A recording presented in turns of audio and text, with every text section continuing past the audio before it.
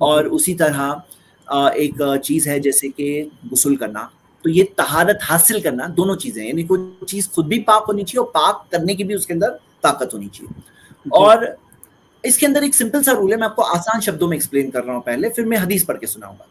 آسان شبدوں میں رول کیا ہے نا کہ دیکھیے پانی کی کوانٹٹی, جیسے کہ آپ اس میں حدیث میں آگے پڑھوں گے آپ دیکھو گے کہ پانی کی کوانٹٹی اگر زیادہ ہے اور 3 چیزیں اگر پانی کی چینج نہیں ہوتی, 3 چیزیں, اسمیل, نجاست سے, ہاں نجاست سے, یعنی کہ نجاست کس کو ہم لوگ بولتے ہیں جو ڈرٹی چیز ہے, غلاظت ہے, ڈرٹی ہے, وہ چیز کو نجاست. ہاں کیونکہ نماز جب پڑھتے ہیں نا تو نہ جسم پر نہ کپڑوں پر نہ نماز کی جگہ پر نجاست ہونی چاہیے, کیونکہ اسلام میں پاکی کا اتنی امپورٹنس ہے کہ طہور شطر الایمان, صفائی آدھا ایمان کہا گیا. ہاں تو صفائی کی بہت امپورٹنس ہے اسلام میں. اب یہاں پہ پوائنٹ سوال کیا آتا ہے کہ سوچو پانی کی کوانٹٹی زیادہ ہے, کم نہیں ہے, کیونکہ اس کے بارے میں حدیث موجود ہے. ہاں اور پانی کی کوانٹٹی زیادہ ہے اور یہ 3 چیزیں چینج نہیں ہوتی, اسمیل, کلر اور ٹیسٹ. غلاظت کی وجہ سے, گندگی کی وجہ سے, اگر اس کی اسمیل چینج نہیں ہوئی, ٹیسٹ چینج نہیں ہوا, کلر چینج نہیں ہوا, لیکن وہ گندگی گئی ضرور ہے اس کے اندر. کہ جیسے سوچو ابھی مثال کے طور پہ کوئی بہت بڑا تالاب ہے, کسی نے وہاں پہ یورین کیا, ہمارے لیے یورین ہم کہتے ہیں یہ نجاست ہے, گندگی ہے. اب کیا ایسے بڑے تالاب میں کسی نے یورین کر لیا تو کیا اس سے ہم لوگ وضو کر سکتے ہیں؟ ہاں تو محمد صلی اللہ علیہ وسلم نے یہ جو حدیث میں بتایا کہ ان الماء طہور لا ينجسه شیء, کہ پانی پاک ہے, اسے کوئی چیز نجس اور گندا نہیں کرتی. اس سے کیا مطلب ہے کہ مطلب پانی کے اندر اگر غلاظتیں پھینکی گئی ہے تو اس سے ایسا نہیں ہو جاتا کہ پانی گندا ہو گیا. ہاں اس کا اسمیل, ٹیسٹ یا کلر چینج ہوا جیسے دوسری حدیث سے پتا چلتا ہے, تو ہاں وہ چیز گندگی ہو گئی. لیکن مثال کے طور پہ کوئی کہے کہ بھئی اس کے اندر ڈیڈ کتا گرا ہے, مینسٹرول کپڑا گیا ہے, یا لوگوں کا پیشاب یا پاخانہ گیا ہے, گیا تو ہے تالاب کے اندر گیا ہے, تو کیا وہ تالاب استعمال نہیں کر سکتا, کوئی اس کا پانی یوز نہیں کر سکتے؟ سوچو زندگی کتنی ڈیفیکلٹ ہو جاتی. تو یہاں پہ رول کیا ہے کہ اگر مان لو کہ اس کے اندر جو ٹوائلٹ, پیشی پوٹی جو بھی گئی ہے, اس کی وجہ سے کلر ہی چینج ہو گیا, اسمیل ہی چینج ہو گئی, اس کا کوئی ٹیسٹ اگر چینج ہو گیا ہے تو پھر نہیں کر سکتے, لیکن اگر چینج نہیں ہوا تو کوئی چیز کے جانے سے ایسا نہیں ہوتا ہے کہ وہ چیز کا استعمال بند ہو گیا. یعنی کتنا ریزنبل بات ہے. اور یہ چیز کے لیے اگر آپ دیکھنا چاہتے ہو نا تو آپ کوئی بھی فقہ کی بک لو, اور وہ فقہ کی بک کے اندر آپ کو ٹاپک آف طہارہ کے اندر یہ جو آپ جو سوال پوچھ رہے ہو نا, یہ چیز ڈسکس کی جاتی ہے بہت ڈیٹیل میں, اس کے سارے پروف آپ کو ایک ساتھ میں مل جائیں گے. تو یہاں پہ کوئی سمپل سی بات کیا ہے نا بردر, کہ کوئی چیز اگر مثال کے طور پر آپ کے سینٹنس میں سے بھی کوئی ادھوری بات اگر لے کر کوئی معنی نکالے اور پھر آپ کو کچھ بولے تو آپ کو بھی اچھا نہیں لگے گا.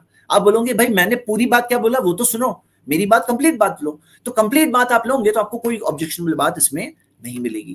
امید کرتا ہوں آپ کو یہ سوال کا جواب ملا ہوگا, لیکن آپ آگے اور اسٹڈی کریے. اور نیچے آپ دیکھتے ہو نا, جو آپ اوپر کا سینٹینس پڑھے آپ نیچے بھی پڑھیے, تو نیچے کے اندر یہ پانی کی کوانٹٹی کے بارے میں بات ہو رہی ہے کہ مثال کے طور پر کہ پانی کی کوانٹٹی کتنی تھی, کہاں تک کا لیول تھا.